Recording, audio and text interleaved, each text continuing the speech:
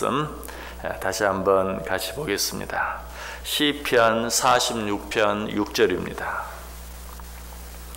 우리 다 같이 한 목소리로 읽습니다. 문 나라가 떠들며 왕국이 흔들렸더니 그가 소리를 내심에 땅이 녹았도다. 아멘. 이 말씀 어제 아침에도 생각해 보았는데요. 어떤 내용이었습니까? 이 세상에 제 아무리 강한 나라, 이 세상에 제 아무리 강한 왕이 있다 할지라도 하나님이 한번 소리를 발하시면 그 모든 것들이 다 녹아내리고 말 것이다. 다 망하게 되고 말 것이다 하는 것에 대해서 생각해 보았습니다. 그런데 이 말씀 속에는 이런 의미 말고도 또 한 가지 아주 중요한 의미가 들어 있습니다. 그것은 무엇입니까? 이처럼 놀랍고 놀라운 힘이 있는 하나님께서도 우리의 삶 속에서 이 하나님이 계시지 않는 것처럼, 아니 이 하나님이 졸고 계시거나 주무시고 계시는 것처럼 느껴질 때가 있다. 한번 소리를 발하시기만 하면 천하 모든 것들이 다 녹아내릴 수밖에 없는 그런 놀라운 힘을 가지고 계시는데도 그 하나님이 졸고 계시는 것처럼, 주무시고 계시는 것처럼, 아니 아예 계시지 않는 것처럼 느껴질 때가 있다. 언제 그렇습니까? 이 하나님이 침묵하고 계실 때, 소리를 한번 발하시면 그 하나님의 능력이 나타나지만 아무 소리도 하지 아니하시고 가만히 계심으로 말미암아서 그 하나님이 계시지 않는 것처럼 느껴질 때가 있다는 것이 오늘 본문 속에도 그런 의미가 들어있어요. 문 나라가 떠들며 왕국이 흔들렸더니, 왜 문 나라가 떠들고 왕국이 흔들리겠어요? 하나님이 계시면 그런 일이 없어요. 하나님이 계시면 하나님을 부인하는, 하나님을 인정하지 않는 자들이 그렇게 큰 소리로 떠들 수 없어요. 근데 하나님이 침묵하고 계시니까 그들이 그저 자기 마음대로 떠들고 자기 마음대로 자기들의 힘을 발휘하면서 하나님을 믿는 자들을 괴롭게 하고 하나님을 조롱하고 하나님을 욕할 수 있는 그런 때가 있다는 것이, 왜? 하나님이 침묵하고 계시기 때문에. 이런 때가 신약 성경에 한번 나타나 있죠. 언제? 예수님과 예수님의 제자들이 배를 타고 갈릴리 호수를 건너갈 때에 갑자기 풍랑이 일었습니다. 배가 곧 뒤집히게 되었습니다. 그럼에도 불구하고 예수님은 어디서 뭐하고 계셨죠? 배 고물, 배 뒤편에서 베개까지 베시고 콜콜 잠을 자고 계셨어요. 자, 우리의 삶 가운데 바로 이런 때가 있다는 것이, 분명 그 배 안에는 누가 계세요? 예수님이 계세요. 그럼에도 불구하고 그 예수님이 잠을 자고 계시는 것처럼. 자, 이때 제자들이 뭐라고 말합니까? 예수님께 가서 예수님을 막 깨우죠. 그러면서 어찌하여 우리가 죽게 된 것을 내버려 두십니까? 어떻게 이럴 수가 있습니까? 이때 예수님께서 어떻게 하십니까? 일어나셔서 바람을 꾸짖으시며 바다들어 이르시되 잠잠하라 고요하라 하시니 바람이 그치고 아주 잔잔하여지더라. 예수님께서 주무시고 계시는 것 같았어요. 그러나 그 예수님은 아무것도 모르고 계시는 것이 아니었어요. 주무시고 계시는 것이 아니었어요. 단순히 가장 좋은 때를 기다리고 계셨을 뿐이에요.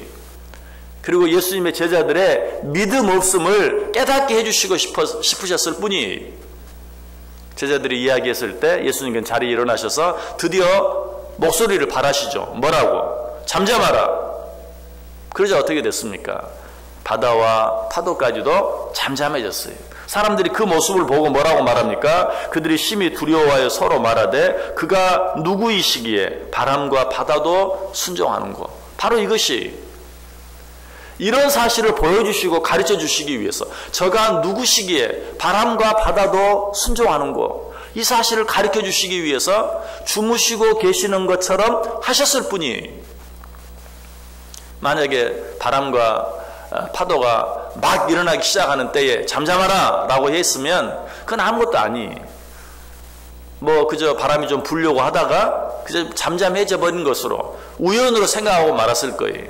그러나 배가 거의 뒤집힐 지점까지 가고 모두가 죽게 되었을 때까지 주님께서 침묵하고 자는 것처럼 하고 계심으로 말미암아서 비로소 그가 어떤 능력을 가지신 분인지를 제자들은 물론이고 바라보는 모든 사람들에게까지 보여주실 수 있었다는 것이, 바로 이 일을 위해서 가끔 한번 소리를 내시기만 하면 천하 모든 것들이 다 녹아내릴 수 있는 그런 힘을 가지시고 계시지만 졸고 계시는 것처럼, 주무시고 계시는 것처럼, 아니 어쩔 때는 아예 계시지 않는 것처럼 보이고 느껴질 때도 있다는 사실이.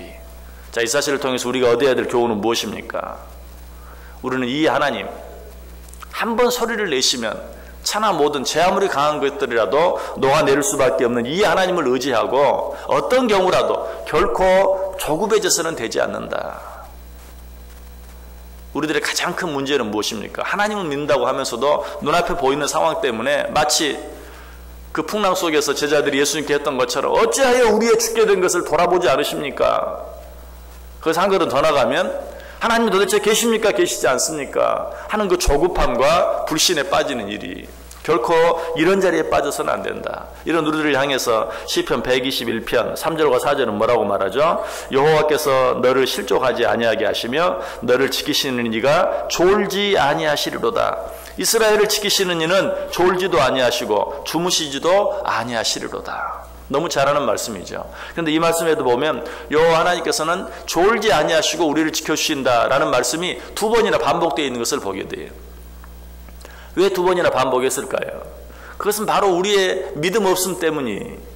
우리는 이 사실을 모르지 않아요. 그러면서도 조금만 우리의 상황이 어려운 것처럼 보여지고 또 그렇게 느껴지면 우리 하나님이 어디 계시는가?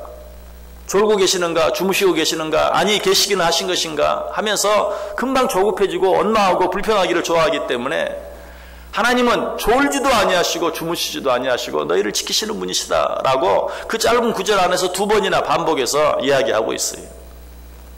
또 여기서 지켜주신다라는 말은 히브리어로 셰무르라는 그런 말이.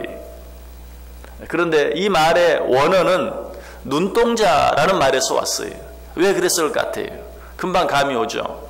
하나님께서는 우리를 지켜주시되 눈동자처럼 지켜주신다라는 것을 우리에게 가르쳐주시기 위해서 그래요. 신명기 32장 10절에 나오죠. 여호와께서 그를 황무지에서 짐승이 부르짖는 광야에서 만나시고 호위하시며 보호하시며 자기의 눈동자같이 지키셨도다. 우리 하나님은 이렇게 우리를 지켜주시는 분이에요. 그가 아무 소리도 하지 아니하시고 마치 조시는 것처럼, 아니 주무시는 것처럼, 아니 계시지 않는 것처럼 침묵하고 계실 때에도 하나님은 여전히 변함없이 눈동자같이 우리를 지켜주시고 계신다라는 사실이. 이 사실을 믿는 자들은 어떻게 해야 합니까? 시편 4편 8절에 내가 평안히 눕고 자기도 하리니 나를 안전히 살게 하시는 이는 오직 여호와이시니라.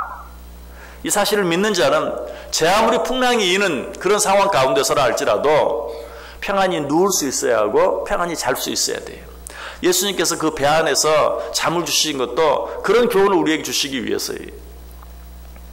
예수님께는 그런 능력이 있기 때문에 풍랑이 일고 배가 거의 뒤집히게 되었지만 배 고물에서 주무실 수 있었어요.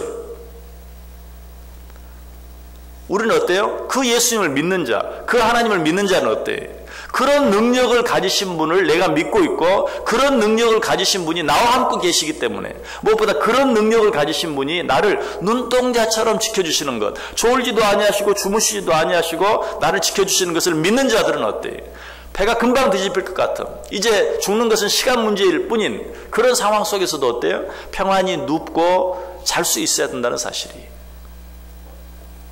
혹시라도 우리 가운데 내 안에 있는 어떤 염려나 걱정이나 불안 때문에 잘 수도 없고 누울 수도 없다면, 마땅히 자야 할 시간인데도 잘 수도 없고 누울 수도 없다면 그것은 정말 내가 하나님을 온전히 믿고 의지하고 있는가 하는 것을 한번 확인해 볼 필요가 있어요.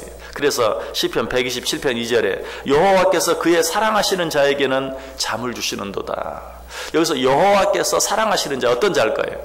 여호와 하나님을 온전히 믿고 의지하는 자.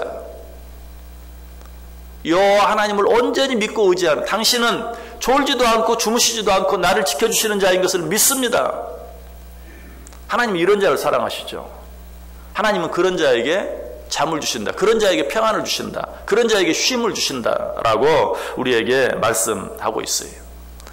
오늘 본문은 이 하나님에 대해서 우리에게 말씀해 주고 있는 것입니다. 문 나라가 떠들며 왕국이 흔들렸더니, 무슨 말입니까? 지금 내 상황이 너무나 힘들고 어려워요. 막 요동치는 것 같아요. 하나님이 계시지 않는 것처럼 느껴져요.